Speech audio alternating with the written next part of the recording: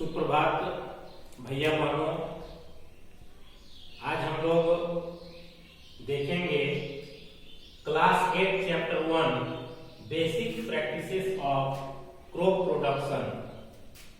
हम लोग जानते हैं कि किसान फसल उत्पादन करने के लिए लंबे समय तक विभिन्न एक्टिविटीज को करते हैं जिससे फसल का उत्पादन अच्छा से हो सके।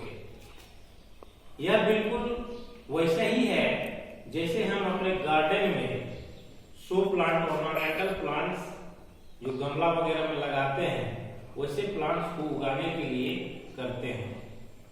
इसके तहत कुछ एक्टिविटीज आते हैं जैसे प्रिपरेशन ऑफ सॉइल, दूसरा है sowing, adding manure and fertiliser, irrigation, protecting from weeds, harvesting, storage. ये सब कुछ ऐसी एक्टिविटीज है जो किसान फसल उत्पादन के क्रम में करते हैं। तो इसमें हम सबसे पहले देखेंगे प्रिपरेशन ऑफ सॉइल, सॉइल की तैयारी। फसल उत्पादन का यह सबसे पहला चरण माना जाता है।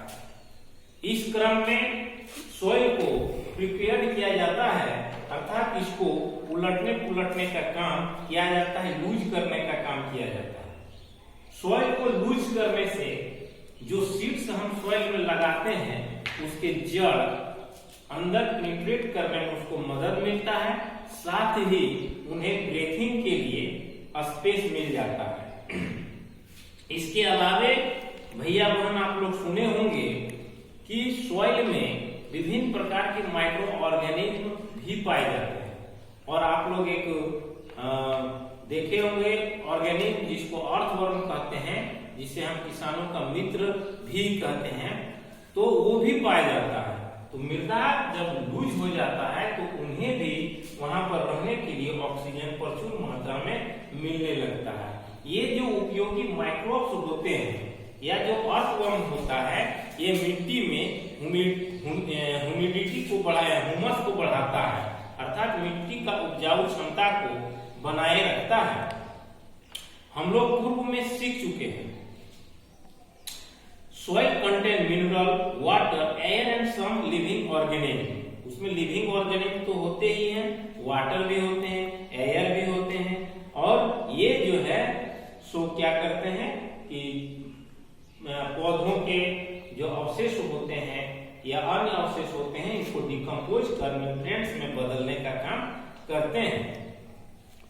हम लोग ये भी देखे हैं कि अगर सॉइल को हम लोग ढीला करते हैं तो उसमें पौधों की वृद्धि तो अच्छा से होता ही है, पौधों का फसल का पैदावार भी बहुत अच्छी तरह से होता है।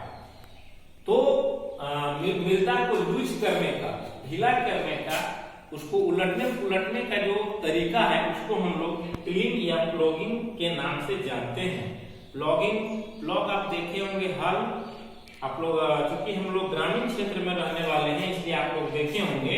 हल क्या होता है कि एक लकड़ी का, इस तरह से लकड़ी का स्ट्रक्चर होता है और इस तरह से स्ट्रक्चर, इस अग्र भाग में यहाँ पर ये जो है सो आयरन लगा होता है, जिसको हम लोग प्लॉग शेप कहते हैं और इसको प्लॉग शेप के नाम से जानते हैं, प्लॉग शेप के नाम से जानते हैं। तो ये जो है सो इस तरह से आप देखे होंगे और यहाँ पर एक लकड़ी का इस तरह का बीम लगा होता है, बीम। इसका उपयोग प्रायः बैल के द्वारा या जानवरों में केमल है उसके द्वारा भी इसका उपयोग होता है। इसको खेत में उपयोग करते हैं मिट्टी को ढीला करने के लिए। ये कुछ ऐसे इंप्लीमेंट्स है जिसमें से प्लॉग है। एक दूसरा देखेंगे हॉय। हॉय जो होता है ये भी मिट्टी को ढीला करने का एक इंस्ट्रूमेंट है। इसमें भी जो है सो प्लॉग शेप होता है और प्लॉग शेयर होता है। तो इसका भी उपयोग जो है सो मिट्टी को ढीला करने में किया जाता है। इसमें जो ये जो शेप होता है हॉय में वो लकड़ी का या लोहा इसका भी उपयोग जो है सो एनिमल के माध्यम से किया जाता है, वे इसको खींचते हैं। लेकिन आज इस मॉडर्न युग में जो है सो सॉइल प्रिपरेशन के लिए हम लोग कल्टीवेटर का उपयोग करते हैं, जो आप लोग देखते होंगे कि ट्रैक्टर के पीछे साइड लगा होता है और खेत की जुताई करने में ये कल्टीवेटर हमें मदद करते हैं। इस कल्टीवेटर को उपयोग करने से सबसे ज्यादा फायदा क्या है कि इसमें लेबर भी कम होता है और साथ में टाइम टेकिंग भी कम होता है। ये दोनों चीज की हम लोग की बचत होती है। अब जो दूसरा पॉइंट है सॉइल प्रिपरेशन के बाद